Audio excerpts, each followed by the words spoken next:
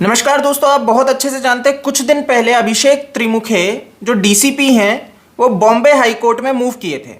उन्होंने वहां पे अपील की थी कि अर्नब गोस्वामी जो हैं उन्होंने उनकी छवि बिगाड़ने का काम किया है, उनके खिलाफ गैर जिम्मेदाराना तरीके से रिपोर्टिंग की है और गलत जानकारियां पेश की है, जिसके कारण उनकी छवि को उनको बहुत नुकसान हुआ है और उन्होंने इसके ऊपर बहुत से गंभीर आरोप लगाए और डिफेमेशन का केस भी किया कि अर्नब गोस्वामी जी इनको कुछ ये जो क्षति पहुंची है इसका मुआवजा भी दे।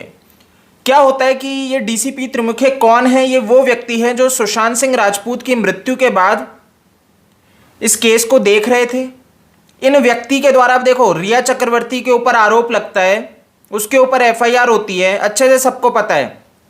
तब ये व्यक्ति 14 जून के बाद भी टच में किसके थे? जब कॉल डिटेल रिकॉर्ड्स रिया चक्रवर्ती के निकले तो एक गंभीर चीज ये थी कि अभिषेक त्रिमुखे इनके टच में थे रिया चक्रवर्ती के।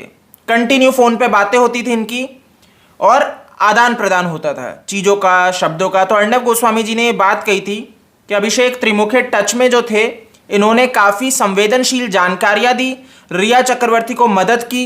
बीच में अगर आपको ध्यान हो, रिया अंडरग्राउंड हो गई थी, गायब हो गई थी, तब भी ये टच में थे, जहां पे पुलिस इनको सहायता कर रही थी।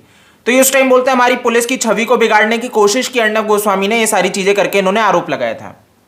बाकी आज की करंट सिचुएशन को देखें तो मुंबई पुलिस के ये सचिन वाजे और बहुत से जो अधिकारी हैं और इवन पुलिस वाले हैं, क्राइम ब्रांच के देख लो, इन्होंने धूमिल कर दिए छवि को। और जो मुंबई पुलिस के इतने ईमानदार पुलिस वाले हुए हैं, उनकी छवि को ये शर्मसार करने का काम करते हैं, धूमिल करने का काम करते हैं। तो बहुत दुख की बात है। ये अभिषेक त्रिमुखे के ऊपर आरोप लगता है, बॉम्बे हाईकोर्ट में मामला था, लेकिन आज भाई बॉम्बे हाईकोर्ट ने उनकी इस अपील को खारिज कर दिया। उन्होंने कहा भाई ये जो है इसको खारिज किया जाता है अर्नब गोस्वामी के प्रति ये जो इन्होंने आरोप लगाया है। तो ऐसे में रिपब्लिक की एक और जीत हुई है, अर्नब गोस्वामी की एक और जीत हुई है। जिस तरह से इन लोगों ने गुटबाजी करके अर्नब को घेरा था हर तरफ से, आज भाई उसके ऊपर एक फैसला आया, ये डीसीपी को हार का सामना करना पड़ा है। तो यही चीज है दोस्तों, इसीलिए बार बार कहते हैं जीत हमेशा सत्य की होती है। ये अच्छा है। तो मैं आपको बता दूं इन्होंने किन किन उसके अंदर धाराएं लगाई थी। 499, 500, 501 तो ये क्रिमिनल डिफेमेशन का केस किया था। 109 पनिशमेंट फॉर एबेटमेंट का केस किया था और 34 यानी कि कॉन्स्पिरेसी, इंडियन आईपीसी के तहत, इंडियन पेनल कोड के तहत इन्होंने ये सारी धाराएं इनके ऊपर लगाई थी, बट सारी की सारी खारिज हो चुकी है। तो अर्नब गोस्वामी को बहुत अच्छी राहत मिली और अर्नब गोस्वामी की जीत हुई है। इससे एक मैसेज तो आता है कि आप अगर सही बात रखने वाले को, सत्य बोलने वाले को अगर प्रताड़ित करने की कोशिश करोगे, उसको दबाने की कोशिश करोगे, तो अंत में लेकिन जीत उसी की होगी।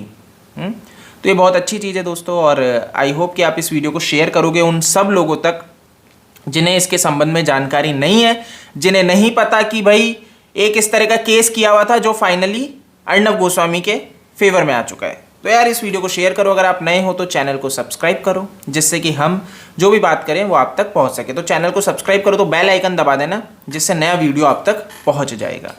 आप मेरे को फेसबुक, ट्विटर, इंस्टा पे फॉलो कर सकते हो। जो मेरा यूज़र नेम है वो आपको स्क्रीन पे दिख जाएगा। जय हिंद।